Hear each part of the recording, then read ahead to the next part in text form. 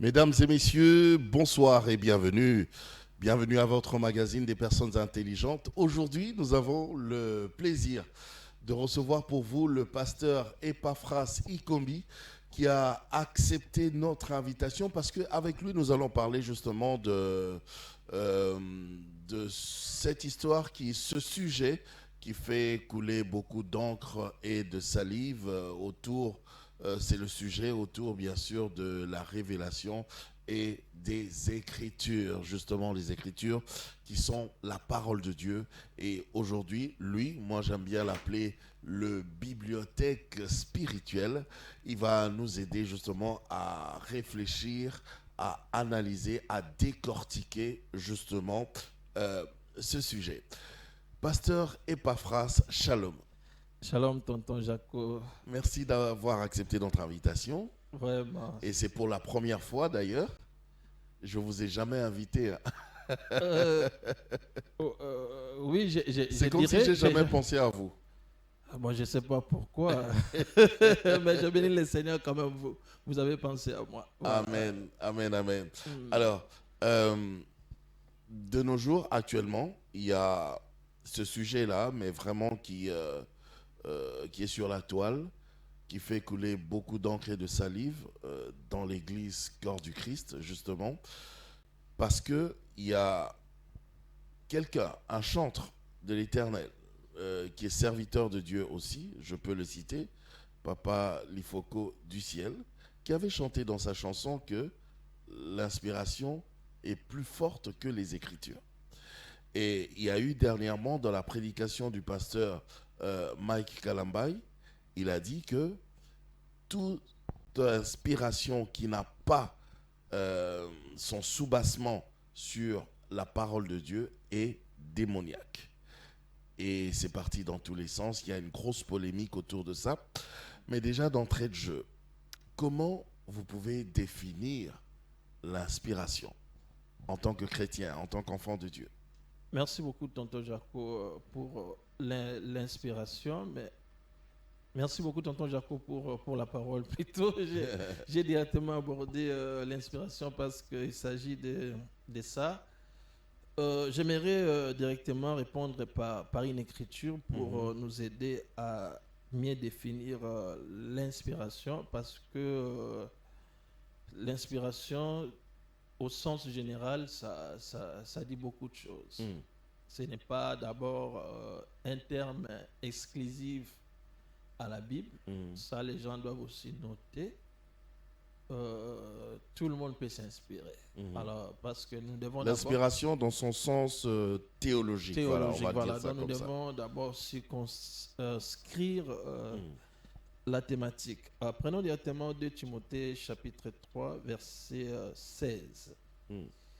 Ici l'apôtre Paul qui parle, il dit toute écriture est inspirée des dieux, est utile pour enseigner, pour convaincre, pour corriger et pour instruire dans la justice. Déjà, l'apôtre Paul nous révèle quelque chose de très capital pour dire que l'écriture que nous avons, ça a une source.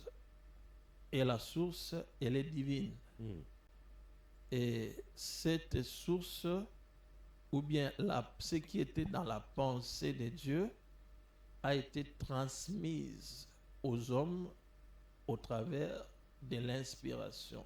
Donc, je peux définir l'inspiration comme étant l'influence déterminante exercée par le Saint-Esprit sur les auteurs de l'Ancien Testament et du Nouveau Testament pour annoncer et puis rédiger de manière exacte ce qu'ils ont reçu de la part de Dieu. Donc c'est comme ça je peux définir C'est ça l'inspiration, dans son sens théologique. dans Hein. le sens théologique parce que le mot grec ici employé c'est théopneutos. Théo qui veut dire Dieu et puis pneutos qui veut dire respirer, donc dans le sens de souffler. Voilà, c'est dans le sens de souffler. Donc Dieu a soufflé sa pensée dans l'homme. Donc Dieu a soufflé sa pensée, je dirais, dans les hommes, parce que la Bible n'a pas été rédigée par une seule personne. À titre de rappel, c'est 1500 avant Jésus-Christ, entre 1400 et 1500 avant Jésus-Christ. C'est alors que Moïse va rédiger déjà les 5 livres Pentateuque. Et jusqu'au Nouveau Testament, cela a pris au moins 15 siècles pour écrire la Bible. Et ce qui nous prouve que c'est quelque chose d'inspiré, nous voyons la cohérence.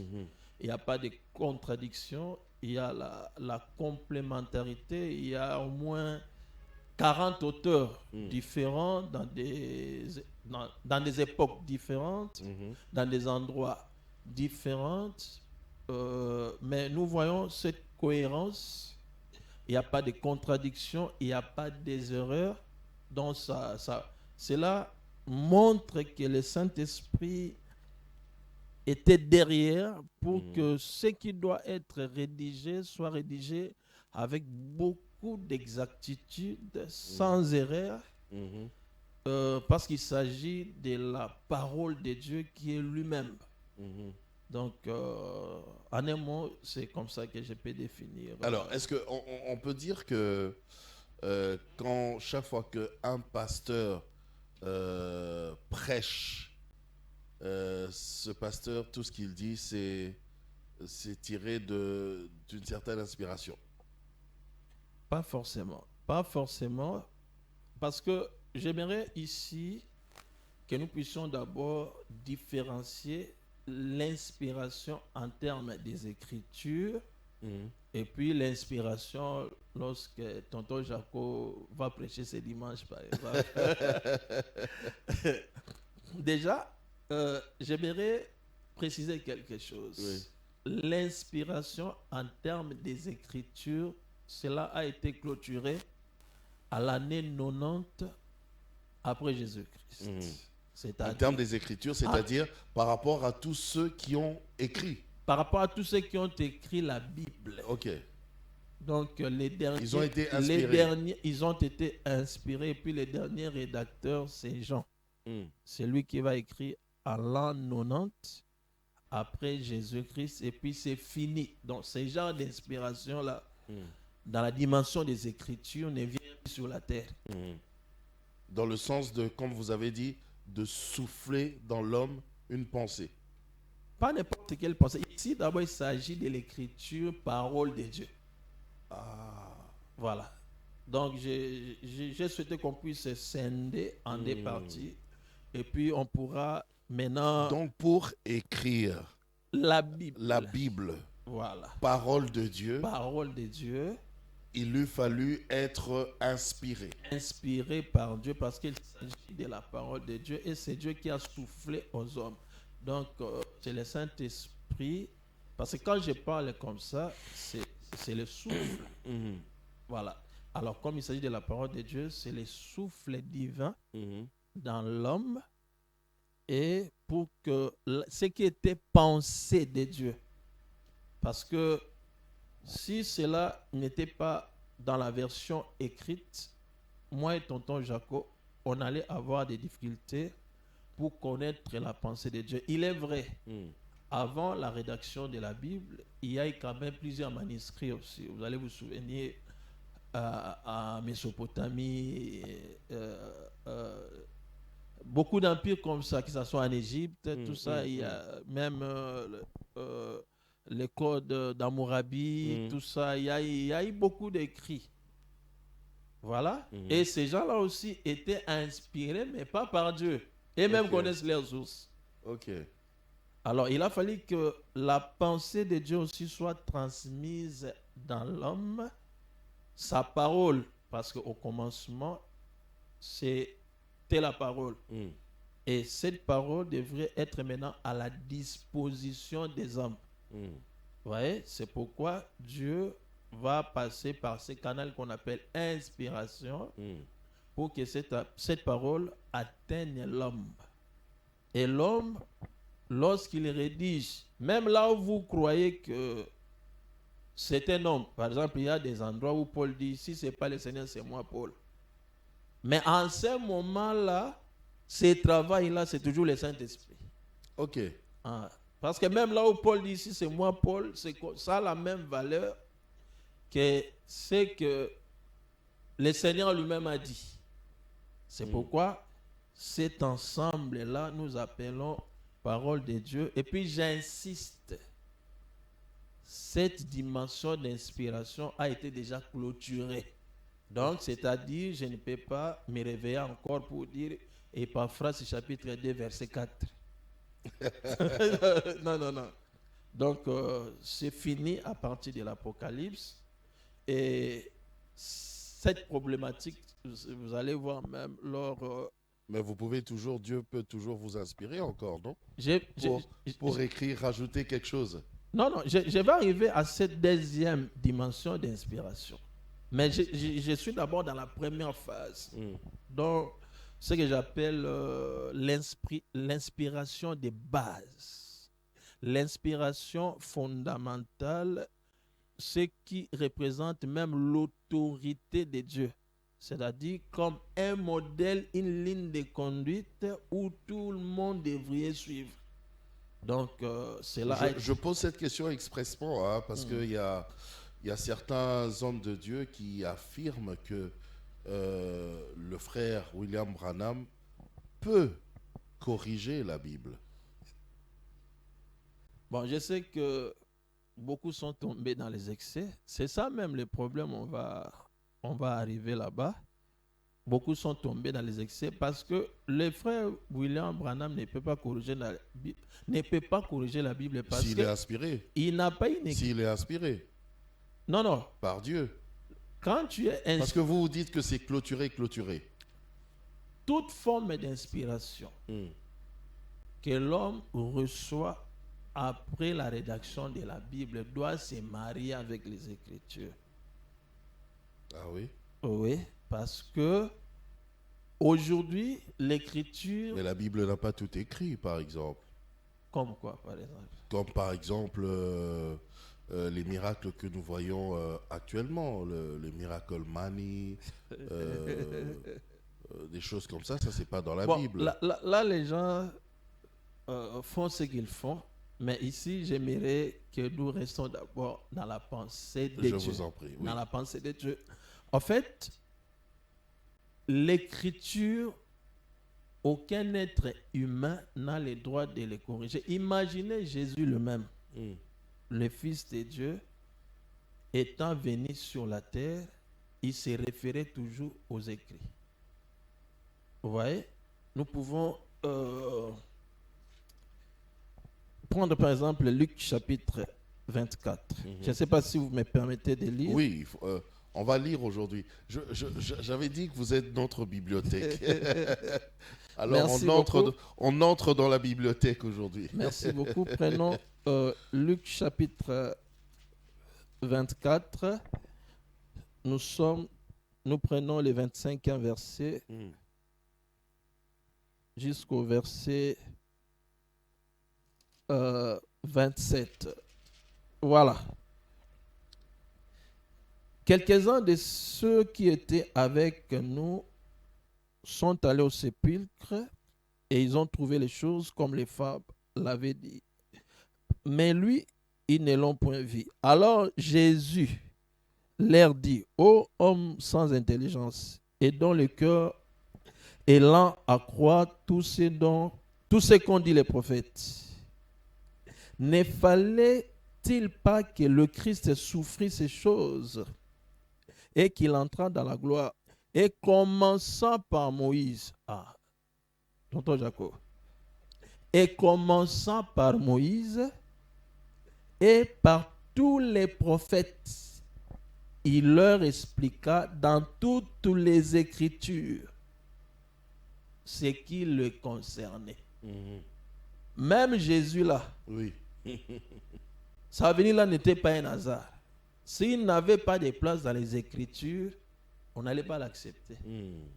C'est pourquoi lui-même, Il se référait même il déjà... c'est obligatoire. Ok. Commençant par Moïse, il passe par les prophètes, il leur expliqua dans toutes les Écritures ce qui les concernait. C'est-à-dire Jésus qui vient avec l'inspiration, mais il se réfère dans les Écritures. Il doit nous montrer sa place dans les Écritures. Regardez ce que Moïse a dit de moi. Regardez ce que Malachi a dit de moi. Maintenant, quand vous dites que les frères William a dit de moi, voilà. Parce que c'est obligatoire. Maintenant, quand vous dites que le frère William Branham peut corriger la Bible, il a quelle place dans les Écritures en tant que William Branham? Montrez-moi une seule Écriture. Parce que Jésus lui-même a fait cet exercice-là, lui, les fils de Dieu. Prenons encore le verset 44, et toujours nous sommes là.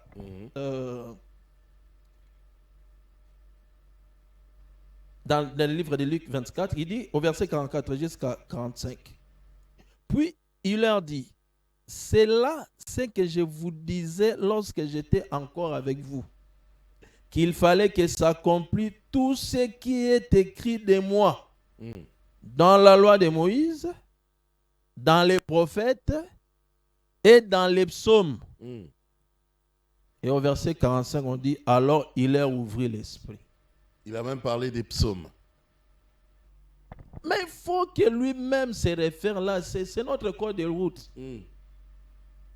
Donc s'il n'y a pas une écriture, parce que sa venue a été annoncée dans la parole. Et pourtant c'est lui-même la parole. Ah voilà. Et il doit se conformer. La parole veut se conformer. Voilà, il ne peut pas violer. À sa parole. Il doit t'envoyer une écriture qui justifie sa présence. Wow. C'est pourquoi il doit passer par Moïse, par tous les prophètes, par les psaumes. Et au verset 45, on dit, alors il leur ouvrit l'esprit afin qu'ils comprissent les Écritures. Okay. C'est ce que nous appelons maintenant l'inspiration. C'est-à-dire, il faut que Dieu puisse t'ouvrir l'esprit. Ce n'est pas l'Écriture qui est le problème, mais c'est le problème de la compréhension. Lorsque Dieu ne t'ouvre pas l'esprit, tu risques de dire que tout n'est pas écrit dans la Bible.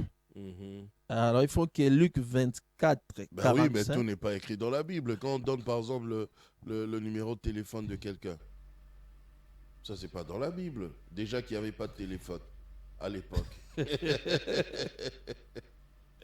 Tonton Jacob, donc vous voyez, en fait, pourquoi le Seigneur lui-même s'identifie à la parole, se réfère aux Écritures.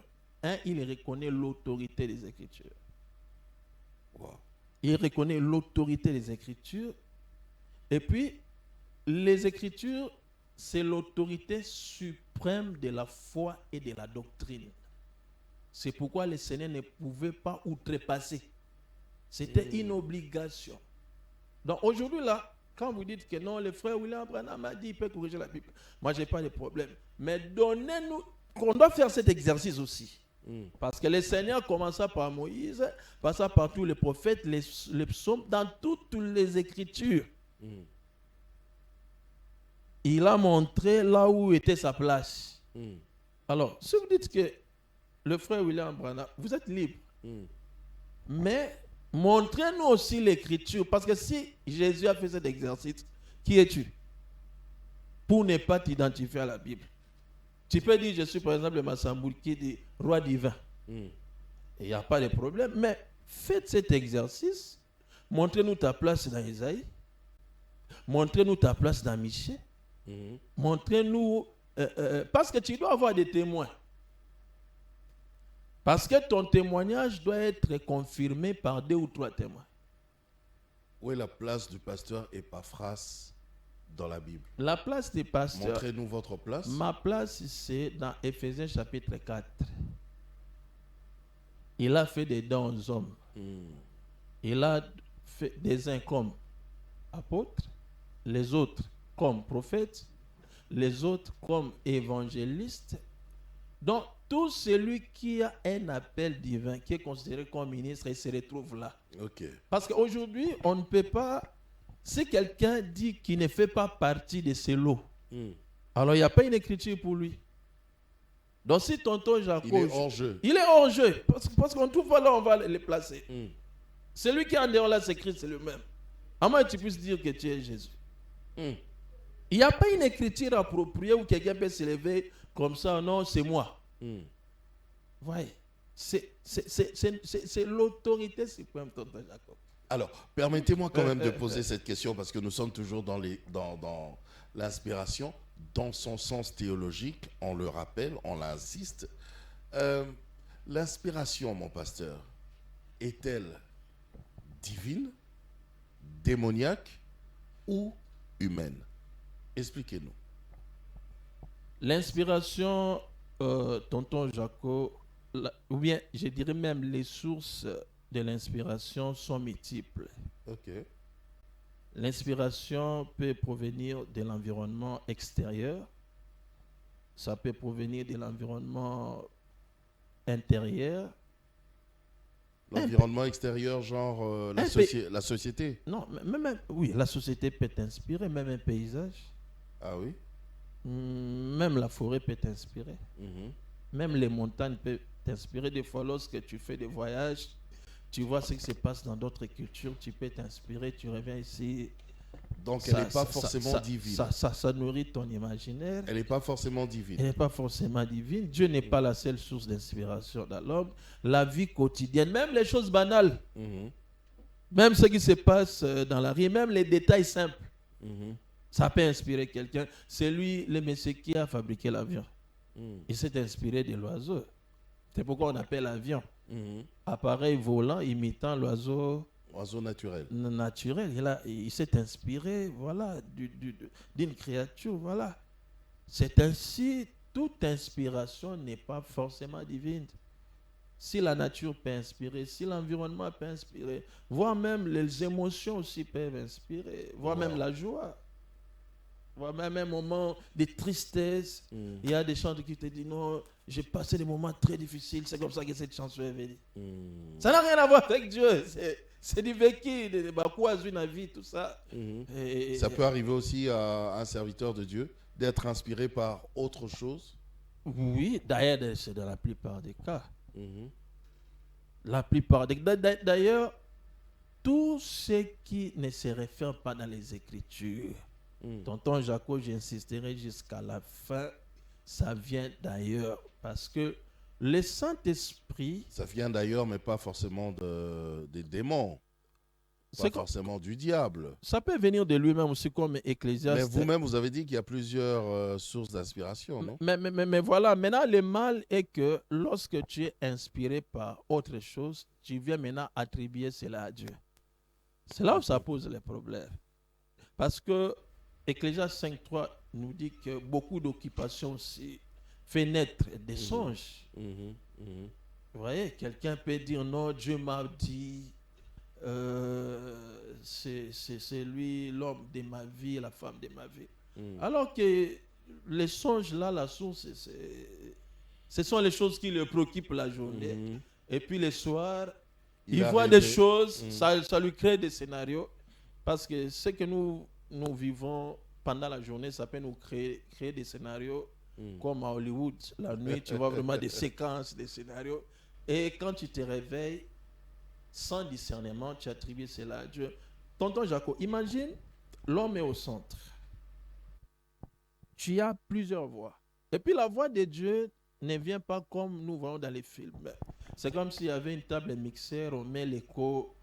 Moïse, moi l'Éternel. Non, c'est pas comme ça. Vous voyez, il y a plusieurs sons, il y a plusieurs voix qui parlent à l'homme. Maintenant, au milieu de toutes ces voix, comment identifier que ça c'est la voix de Dieu?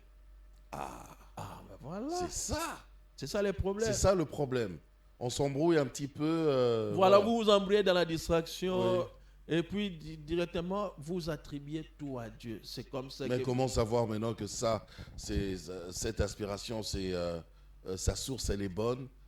Cette autre inspiration, sa source elle sa source est est bonne mauvaise. lorsqu'elle se conforme à la parole. C'est pourquoi il y a les Il faut Écritures. toujours que ça se conforme à la parole. Obligatoirement. Par exemple, tu ne peux pas venir ici. Un jour, j'ai vu un prophète. Il dit non, je vois Raphaël. Il faisait un service. Il dit, je vois Raphaël. Raphaël me dit, il est venu pour guérir les gens. Je me rappelle, je l'ai interpellé. Après, j'ai dit, monsieur, écoute. Vous l'avez interpellé? Oui. Je m'attends à parler. Je lui ai dit, je viens de t'attendre de dire que tu as vu Raphaël. Il a dit qu'il est venu guérir les gens. Tu peux me montrer la place de Raphaël dans la Bible? Comme je suis là, un ange m'apparaît la nuit, dit que je me présente au nom de Raphaël. Je vais les chasser. Je lui ai dit, non, je ne vois pas ta place dans la Bible.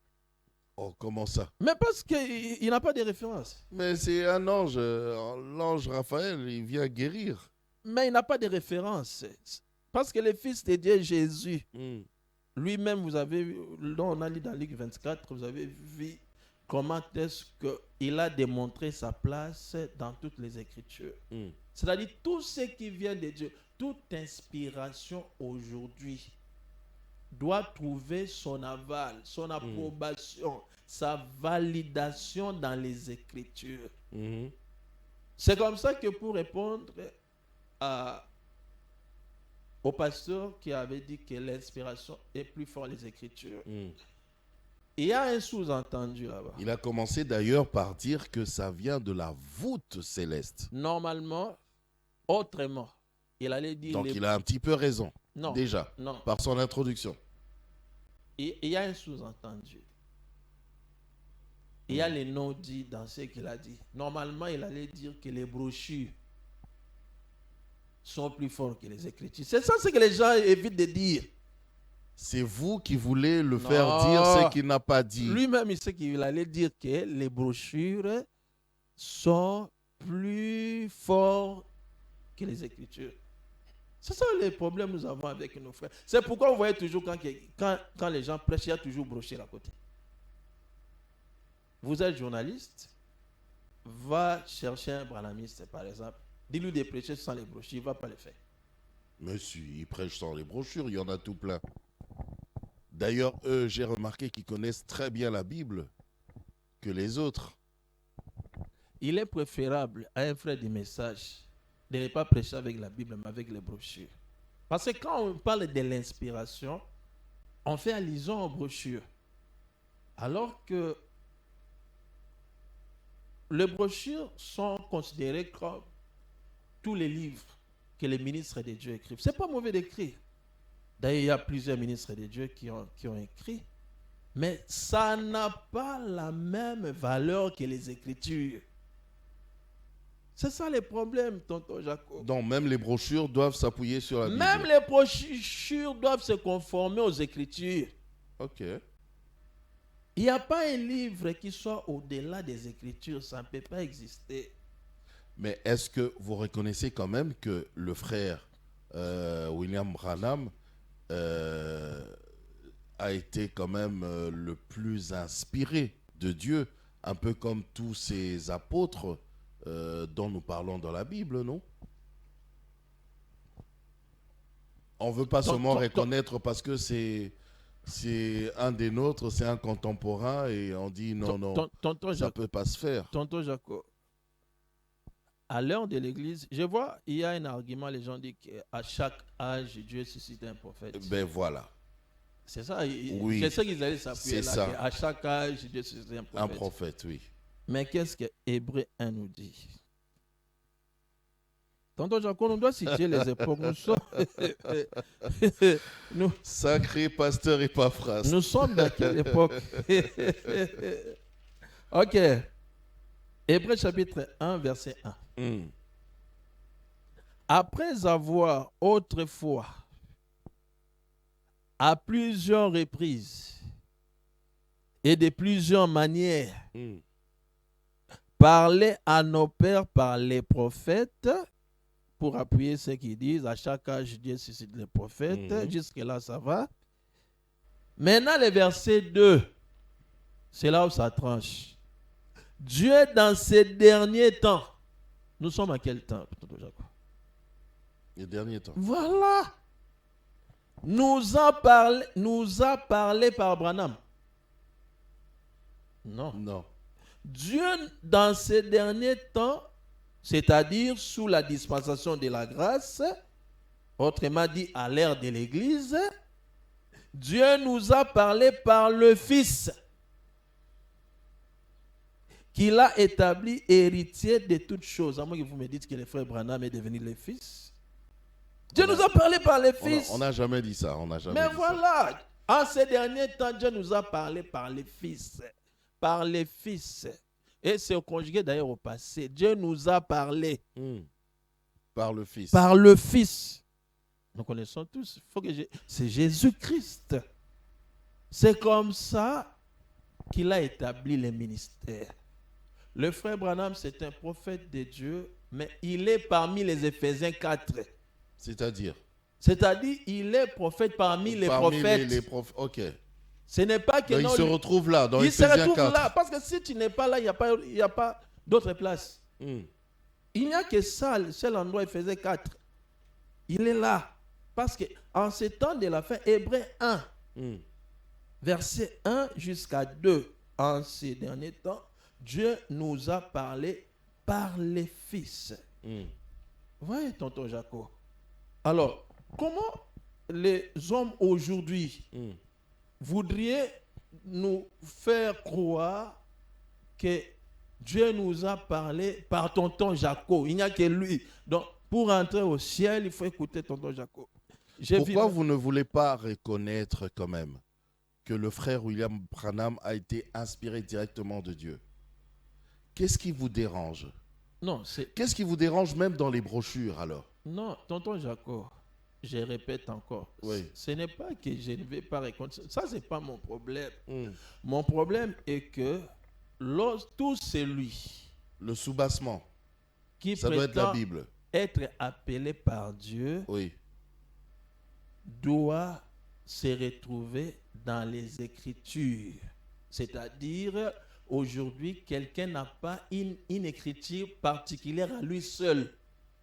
C'est là où les bas blessent.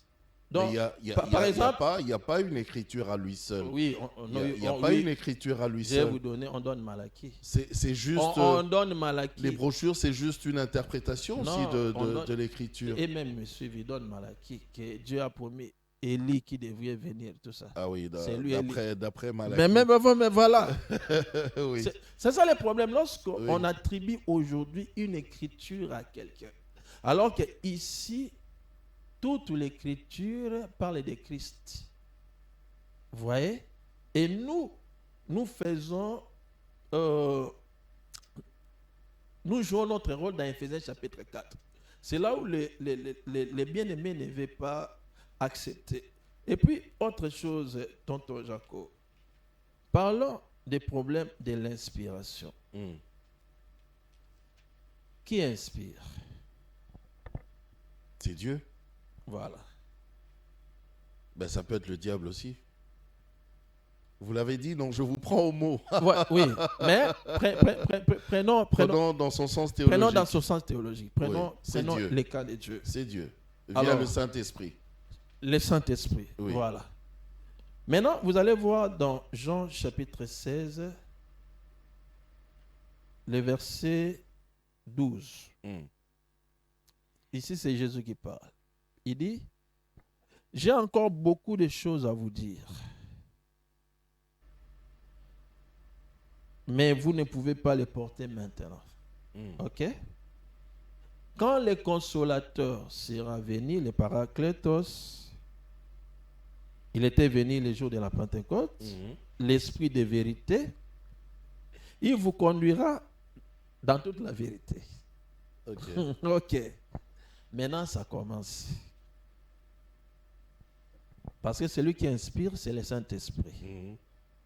Alors, tout celui qui prétend que c'est le Saint-Esprit qui l'a inspiré, il doit bien suivre ces versets. Car il ne parlera pas de lui-même.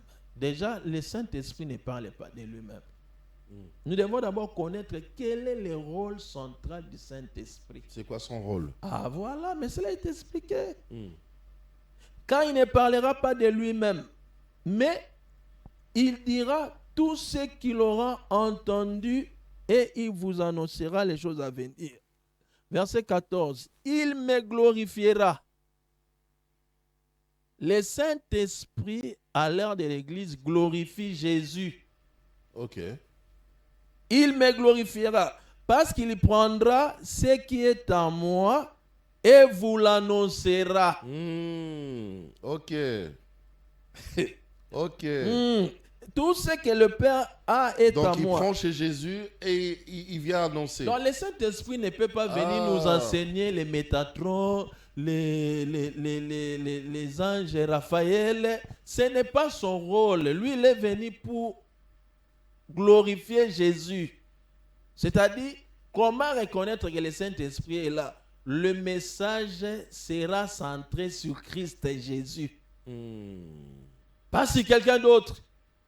Pas Jésus 30% et puis un homme 70%. Non. Uniquement Jésus. Uniquement Jésus. Il a dit, il me glorifiera. Vous voyez? Donc, les gens... Il ne parlera pas de lui. Non, il ne parlera même Il pas parle de de lui. Jésus. Il ne parlera même pas d'un homme. Jésus, donc en ces temps de la fin, le Saint-Esprit ramène les gens. Il rappelle même ce que Jésus a enseigné. Ce que vous appelez, pour chuter, le problème de l'inspiration. Parce que tout le monde, oh Dieu, dans la Bible, n'a pas cessé d'inspirer les gens. Mais ici, Jésus lui-même dit, lorsque l'Esprit viendra, parce qu'il est déjà venu, depuis le jour de la Pentecôte, il est ici sur la terre. Il joue quel rôle?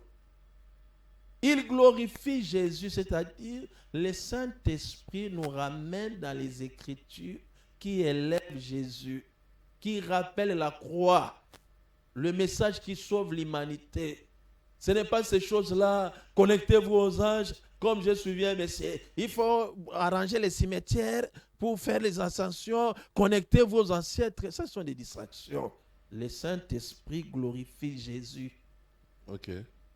Tonton Jaco, quand vous entrez dans une église, prenez Jean chapitre 16 comme votre référence. Regardez, est-ce que depuis que le Messie a commencé à parler, est-ce que Jésus est glorifié? Là où Jésus n'est pas glorifié, quittez. C'est un autre. Là où Jésus n'est pas glorifié, c'est que c'est un autre esprit. Mais si je parle de la société, si je parle de la morale, par exemple, Jésus est glorifié d'une certaine manière. Est-ce qu'il faut seulement que je le cite nommément? Non. C'est pas que dans ma prédication, Tonton Jaco, pour que vous sachiez que... Tonton Jaco, ici, le problème, ce n'est pas de citer nommément. Ici, je parle... Mais comment vous le saurez? Comment vous saurez que Jésus est glorifié? Parce que je parle, par exemple, des faits de société. Chose qui est normale. Tonton Jaco, ici, nous parlons d'abord de la Bible. Les faits de société, ce n'est pas mauvais. Ça, c'est entre nous. Genre la sorcellerie dans nos familles, la magie dans nos familles. À la fin des comptes, même quand tu peux parler de la... On doit sentir que c'est Jésus qui est au-dessus de tout. Pas quelque chose que non, vous voyez, il faut maintenant des codes d'activation, tel ange, quand tu as tel problème. J'ai marché un jour, je crois, vers Lemba. Je vois des gens vendre l'huile rouge comme ça. J'ai posé la question, c'est pourquoi? Oh non, quand vous avez des combats, il faut prendre ça, l'archange Michael viendra combattre pour vous. En fait, il y a un message pour détourner les gens de Christ. Ce n'est pas mauvais de parler de la société, tout ça. Mais on doit faire une différence entre lorsque nous voulons motiver les gens, tout ça. Soit tu es un coach à développement personnel, ça c'est pas la parole de Dieu. Ça tout le monde peut le faire. Il ne faut pas avoir un appel pour faire ça.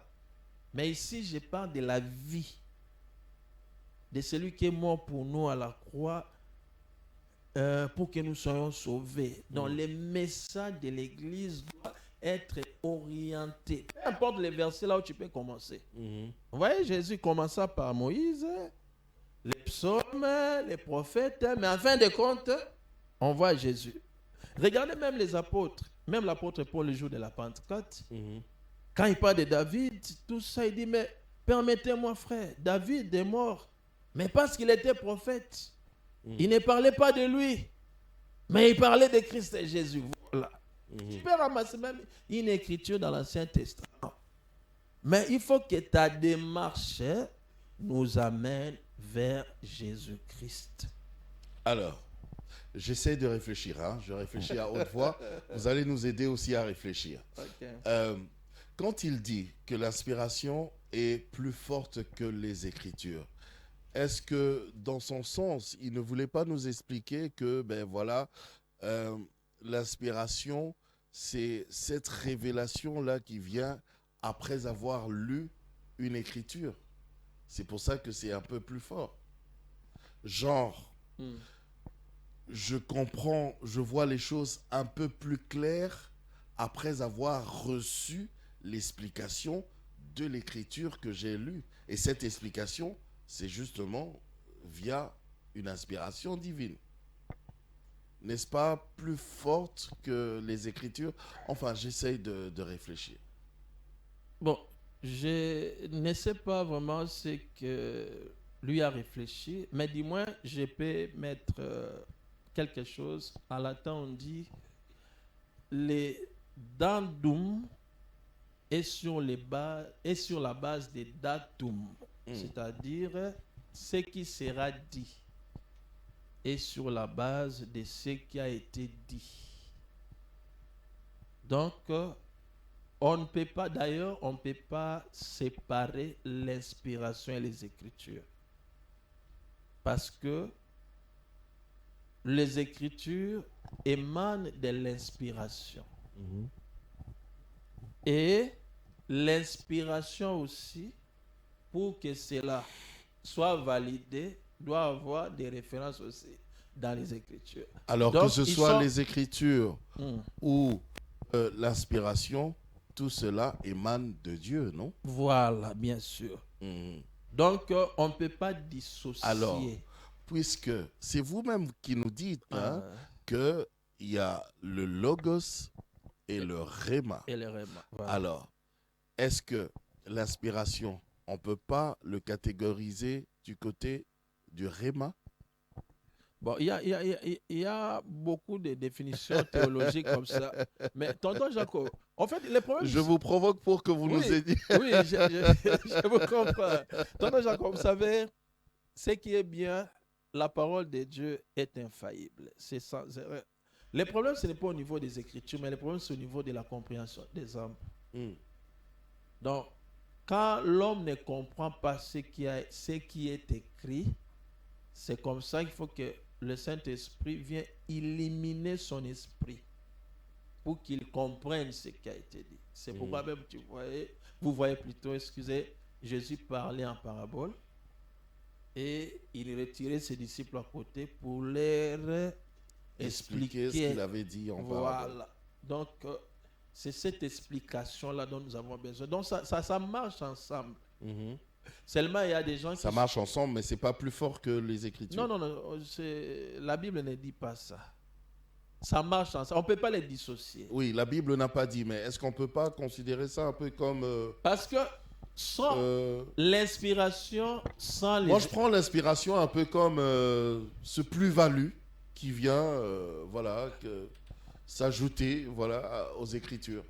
Maintenant, nous sommes dans la deuxième phase, comme j'avais dit au début, de l'inspiration. Déjà, on a clôturé avec la Bible. Maintenant, tout prédicateur, tout le monde peut recevoir l'inspiration, comme vous dites. Cette inspiration-là n'a pas de sens s'il n'y a pas les Écritures. Okay. Et puis les Écritures aussi n'ont pas de sens s'il n'y a pas inspiration. C'est-à-dire s'il n'y a pas éclairage. Donc, ils sont condamnés à vivre ensemble. Donc, ce n'est pas quelqu'un que celui-là est plus fort que l'autre. Okay. Ils doivent aller ensemble. Voilà, parce que l'inspiration... Donc, il y a les Écritures. D'abord, et les inspirations. Parce qu'il explique... il explique déjà, les Écritures en soi sont inspirées. Inspirées déjà. Ok. Voilà. Et puis, l'inspiration que tonton Jacob reçoit, c'est sur la base toujours des Écritures. Ce n'est pas quelque chose que tu ramasses dans les vides comme ça en l'air. Non. C'est sur la base toujours des Écritures. que tu donnes une lumière, mais qui est un soubassement. Mhm. Ok. Le soubassement, c'est la Bible, La Bible. la parole de Dieu. Donc tu ne peux pas voir une inspiration sans soubassement. C'est raconter des fables. Ah ah. Oui. Quand il n'y a pas de soubassement, là, on attribue ça aux fables. Et dans la chanson, le pasteur Lifoko du ciel n'a jamais parlé de tout ce que maintenant les gens évoquent. Là. Non, s'il n'y a pas de soubassement sur les Écritures, lui, il n'a pas parlé de ça. Bon, peut-être il a manqué des minutes Il au a seulement studio. dit, Peut-être au studio, il il a a manqué. seulement dit que c'était plus fort que les Écritures, c'est tout. Non, les Écritures, c'est comme ça, je réaffirme encore la révélation. Vous dites que c'est pas plus fort que les Écritures, Non. mais ça doit aller ensemble. Ensemble, parce Ok. que la révélation n'a pas de sens s'il n'y a pas les Écritures. Ok. Parce que ça serait des paroles à l'air. Mhm. S'il n'y a pas des Écritures, ça serait... Tout le monde peut... C'est comme, par exemple, les gens qui sont à Kamba. Ils disent que non, le Saint-Esprit, c'est un homme qui est là-bas à Kamba. Il n'y a pas une Écriture. On a des problèmes comme ça. On a des problèmes comme ça.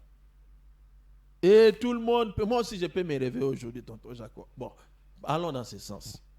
Moi aussi, j'ai dit, non, moi aussi, je suis inspiré. À partir d'aujourd'hui, on doit marcher maintenant, la tête renversée, la tête en bas, les pieds en haut. C'est comme ça que Dieu m'a dit. Ça n'a pas de sens. Je n'ai pas de soubassement. Ça serait un pays sans constitution. Voilà. Vous voyez, prenons le cas même des juristes. Là où ça pose les problèmes, c'est l'interprétation des textes. Mais dis-moi, il y a des textes où chacun peut apporter son interprétation, mais à la base, il doit y avoir les textes comme soubassement. Tout le monde ne peut pas se réveiller comme ça, venir. Sinon, moi, j'aurai mon inspiration. Tantôt, j'apporte son inspiration. Les caméramans, les régisseurs, les techniciens. On aura 1000 inspirations sans soubassement. Imaginez. Bon, tout dépend de comment Dieu va inspirer chacun. Hein. Non, Dieu a déjà inspiré. Via Sa parole, elle est déjà là. Ok. Et nous sommes déjà en ces temps de la fin. Alors, il peut aussi nous inspirer C'est-à-dire, par la révélation. La révélation qu'il va nous donner, c'est par rapport à ce qu'il a déjà dit. Parce que n'oubliez pas, le Saint-Esprit nous rappelle ce que Jésus a enseigné. Alors, on retient quoi? Parce que là, c'en est fini pour aujourd'hui. Nous retenons l'inspiration. Et l'inspiration, parce qu'il y a les Écritures. Nous retenons les Écritures émanent de l'inspiration parce que Dieu a inspiré les hommes pour écrire la Bible. Et nous retenons, la Bible a été déjà clôturée. Donc il ne peut pas y avoir encore des textes en annexe. Ou quand il y a la Bible, il doit y avoir des textes en annexe pour renforcer la Bible. La Bible n'a pas tellement d'efficacité. Il faut maintenant quelque chose à côté. Il y a une autre chanson pour ça aussi. Hein. Ah Dieu bon? n'a pas fini d'écrire sa Bible. Il a une histoire à écrire. Bon, ce qui est vrai, les chants... Bon, je ne sais pas, il parlait de quelle Bible. Peut-être il a utilisé le terme Bible pour illustrer sa pensée, mais je ne pense pas que c'est la Bible que je tiens ici encore. Là, c'est déjà clôturé. Dieu a déjà clôturé. Je pense qu'il parlait de son histoire. Peut-être de son histoire, de son vécu. Il n'a pas encore fini d'écrire son histoire. De son vécu, il appelle sa Bible. Ah. Mais pas la Bible est la parole de Dieu. Non, ici, c'est déjà clôturé. Dans les derniers livres, c'était l'Apocalypse et c'est fini. En tout cas, sacré pasteur Epaphras, merci beaucoup. C'est toujours un bonheur de vous avoir. C'est moi qui vous remercie, tonton Jacques. J'espère qu'on va vous avoir encore prochainement parce qu'il y a toujours des choses sur lesquelles on doit réfléchir. Vraiment sur votre disposition. Et comme vous aimez bien les Écritures et tout ça, vous aimez lire, on va lire encore. Merci beaucoup. Et parlez-nous de l'Église rapidement. Oui, l'église Rehoboth, nous sommes sur 7e rue Limité industrielle, dans la commune de Limité. J'invite les enfants de Dieu de venir. On va communier ensemble et puis partager dimanche, ces choses. C'est à quelle heure le culte? 8h30 à 11h30. Ok. On va faire l'effort pour faire un petit tour Vous là-bas. êtes déjà les bienvenus. Merci. Merci à vous également de nous avoir suivis. J'ai dit un grand merci comme ça, mais vraiment très grand, à Junior Congolo qui ne cesse. Lui, franchement, vraiment, il me met la pression pour que les émissions se fassent et que ça se fasse bien. Et merci à toute l'équipe technique. Je ne peux pas tous vous citer, mais en tout cas, merci, merci de tout cœur. On va se retrouver la prochaine fois pour un autre numéro de Dites-moi tout. Bonne suite de programme sur la Six.